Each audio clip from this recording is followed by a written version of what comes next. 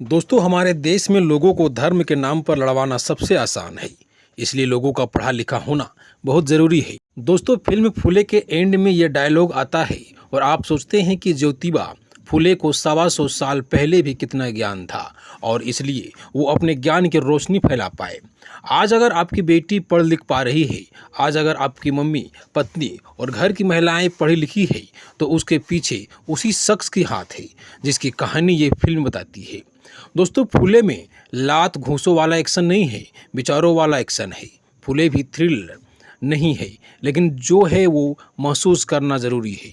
फूले में वो कुछ नहीं है जो आज की फिल्मों में होता है, लेकिन इस फिल्म में सिनेमा की आत्मा है। ये फिल्म बताती है कि अच्छा सिनेमा जिंदा है। फूले जैसी फिल्में हमारे सिनेमा के लिए, हमारे समाज के लिए ज़रूरी है, क्योंकि ऐसी फिल्में ही बताती है कि हम जिंदा हैं। दोस्तों, ये कहानी है महात्मा ज्योतिबा फूले और उनकी पत्नी सावित्री बाई फूले की। ज्योतिबा फूले ने समाज के खिलाफ जाकर पहले अपनी पत्नी की पढ़ाया और फिर समाज की लड़कियों को पढ़ाना शुरू किया। और ये सब उस दौर में हुआ जब लड़कियों को पढ़ाना पाप माना जाता था, जब हमारे समाज में बाल विवाह, विधवा का मुंडन कर देना और अछूत जैसी खराब प्रथाएं जिंदा थी। समाज के एक बड़े तबके के विरोध के बावजूद उन्होंने ये कैसे किया, यही इस फिल्म की कहानी है जो आपके थिएटर जाकर हर हाल में देखनी चाहिए। दोस्तों, फूले एक बहुत ज़रूरी फिल्म है। ये फिल्म कुछ लोगों को थोड़ी स्लो लग सकती है, लेकिन यही इस फिल्म का मिजाज है।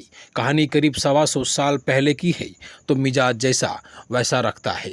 हालांकि फिल्म में एक के बाद एक कुछ न कुछ ऐसा होता है जो आपकी दिलचस्पी बनाए रखता है। कमाल के परफॉर्मेंस आपको फिल्म में बांधे रखते हैं। जब आप ये देखेंगे कि उस दौर में ऊंची जाति के लोगों को नीची जाति के लोगों की परछाई से भी एतराज़ था, तो हैरान होते हैं। समाज में फैली खराब प्रथाओं को ये फिल्म कायदे से दिखाई है। दोस्तों, ये फिल्म बराबरी की बात करती है और ज़ोरदार तरीके से कहती है। आपको गर्व है कि ऐसे ऐसे हीरोज़ हमारे देश में पैदा हुए। ये फिल्म भते आज की फिल्मों जैसे नहीं है, लेकिन ये फिल्म देखिए, क्योंकि ऐसी फिल्में देखा जाना ज़रूरी है। क्योंकि जब तक हम ऐसी फिल्में देखेंगे नहीं, ऐसी फिल्में बनेगी नहीं, और ऐसी फिल्मों का बनाना सिनेमा के लिए, समाज के लिए बहुत ज़रूरी है। इस फिल्म के दोनों लीड एक्टर प्रतीक गांधी और पत्रलेखा कमाल हैं। दोनों ने अपने करियर का बेस्ट परफॉर्मेंस दिया है और दोनों नेशनल अवार्ड के हकदार हैं। प्रतीक गांधी हर फिल्म में चौंका रहे हैं। वो ऐसा किरदार निभा सकते हैं, ये मुझे तब तक यकीन नहीं हुआ था जब तक इस फिल्म का प्रोमो नहीं आया था। प्रतीक ने इस किरदार को पूरी ईमानदारी से निभाया है। दोस्तों, हर पूरी तरह से इस रोल में फिट लगे हैं। आप उनके पुराने सारे काम भूल जाएं जब उन्हें पर्दे पर ज्योतिबा फूले बने देखेंगे, और यही एक अच्छे एक्टर की निशानी है।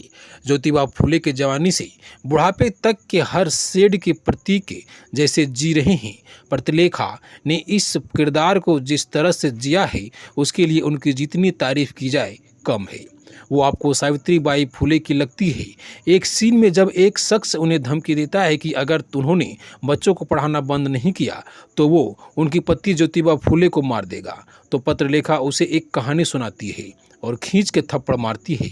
समाज में शायद यही है वो वुमेन एम्पावरमेंट की शुरुआत हुई थी। पत्रलेखा की लुक, साड़ी पहनने का अंदाज़ा, उनकी एक्सप्रेशन सब उन्हें सावित्री बाई बना देते हैं। फिल्म का पहला सीन उनके शुरू होता है और उनके बुढ़ापे से, और उसी सीन से वो आपके दिमाग पर असर कर देता है। दोस्तों, वो इस फिल्म के लिए नेशनल अवार्ड के हकदार हैं, लेकिन इसकी अवार्ड उन्हें तब मिलेगा जब उन्हें फिल्म मेकर उनके टैलेंट को पहचानेंगे। पत्रलेखा वो एक्टर्स हैं जिन्हें बॉलीवुड ठीक से इस्तेमाल कर ही नहीं पाया है या जान ही नहीं पाया है। इसमें किस लेवल का एक्टर छिपा है, और हमारे सिनेमा की यही त्रासदी है कि कई अच्छे एक्टर्स बार बार खुद को साबित ही नहीं कर पाते हैं। दोस्तों, इस तरह का अपडेट पाने के लिए आप हमारे वीडियो को लाइक, शेयर, चैनल में नए हैं तो चैनल को सब्सक्राइब जरूर कर लें।